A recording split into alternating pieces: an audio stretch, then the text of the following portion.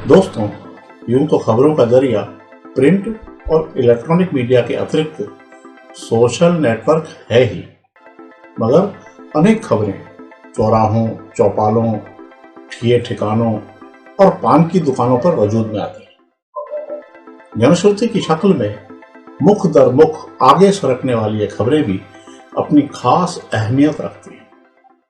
ऐसी ही खबरों से आपको रूबरू करवाने के लिए यह मंच सजाया गया है।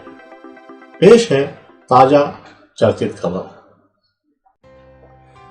अजमेर उत्तर में इस बार कांग्रेस प्रत्याशी महेंद्र सिंह रलावता की जीत पक्की थी। भाजपा के बागी ज्ञान सारस्वत का मैदान में होना इसका सबसे बड़ा फर्क था, मगर परिणाम से रलावता की आशंका सही साबित हो गई है।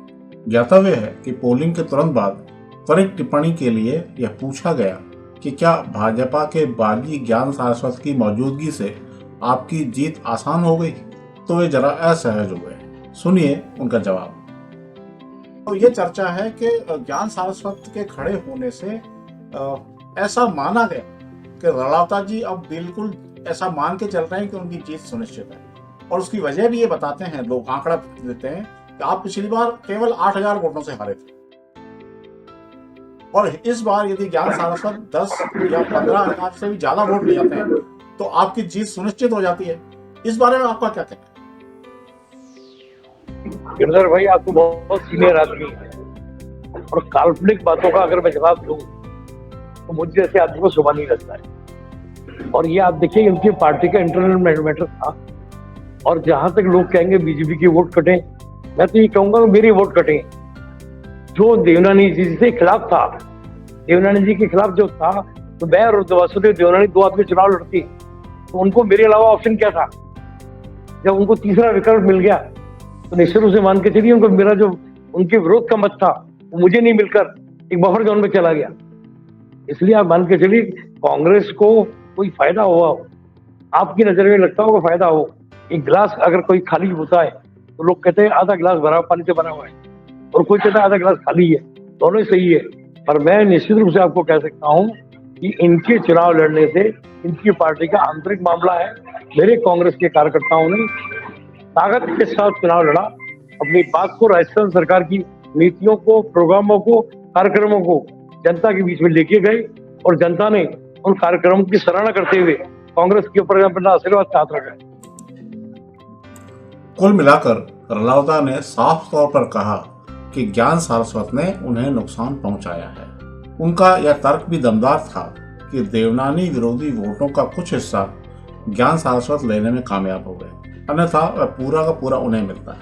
यह उनकी पहली नकारात्मक प्रतिक्रिया थी, अर्थात पोलिंग के दौरान उन्हें दिख गया था कि सारस्वत भाजपा के साथ उनके वोट भी डकार रहे हैं। उनके इस बयान के साथ ही यह सवाल भी उठता है कि क्या कांग्रेस के ही कुछ लोगों ने सारस्वत का साथ दिया।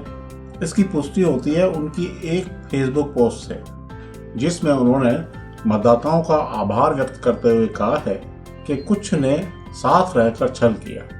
ये लोग कौन थे, इसकी खोज होनी चाहिए। आइए अब जरा आंकड़ों पर नजर डाल लेते हैं। रलावता को 53,251 मत मिले, जबकि भारतीय जनता पार्टी के वासुदेव देवनानी को 57,895 मत और निर्दलीय ज्ञान सारस्वत को 26,352 मत मिले। सारस्वत का आंकड़ा बहुत चौंकाने वाला है। लोगों को समझ में ही नहीं आ रहा कि उनको इतने वोट मिल कैसे गए। उससे भी ज्यादा चौंकाने वाली बात यह है कि इसके बावजूद देवनानी जीत कैसे गए। साफ है कि सारस्वत ने भाजपा के अतिरिक्त कांग्रेस के वोटों पर भी हाथ साफ किया है। हमने पहले वीडियो में बताया था कि कुछ जानकारों के अनुसार अगर वे 10,000 वोट हासिल करते हैं तो भाजपा को ही अधिक नुकसान होगा, लेकिन अगर 20,000 तक पहुंचे तो कांग्रेस का नुकसान प्रतिशत बढ़ जाएगा। वजह यह है कि भाजपा का वोटर एक सीमा तक व्यक्तिगत प्रभाव के चलते ज्ञान के खाते में गया होगा। उसके बाद देवनानी की एंटी इनकम्बेंसी के चलते कांग्रेस अथवा फ्लोटिंग वोटर चपेट में आया होगा। वही हुआ भी। एक अनुमान के अनुसार रलावता को तकरीबन 10,000 वोटों का नुकसान हो गया और वे जीत के अनुमान के बाद भी हार गए। अब मंथन इस पर हो रहा है कि इन वोटों को आकर्षित करने में अकेले सारस्वत की लोकप्रियता ने भूमिका अदा की या फिर कोई और फैक्टर काम कर गया। इसका इशारा राणावतार ने तो कर ही दिया है।